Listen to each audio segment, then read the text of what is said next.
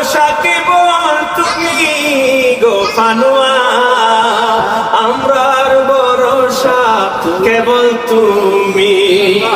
বাবাজির সুভাগের নায়ে ওরে বনের বাগে বৈঠা বাইরি,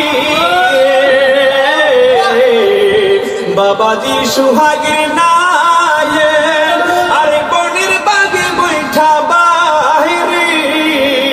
জলের কুমিরে কানে গুলো গো বাবাজি, আমার ভরসা কেবল তুমি। বলেন না বলেন না, আর ভরসা কেবল তুমি গো বাবাজি, আমার ভরসা। আমরা ভরসা রাখতাম, পারি তো? পারি তো? আতিউল্লাহ ওয়া আতিউর রাসূল ওয়া উলিল আমরি মিনকুম।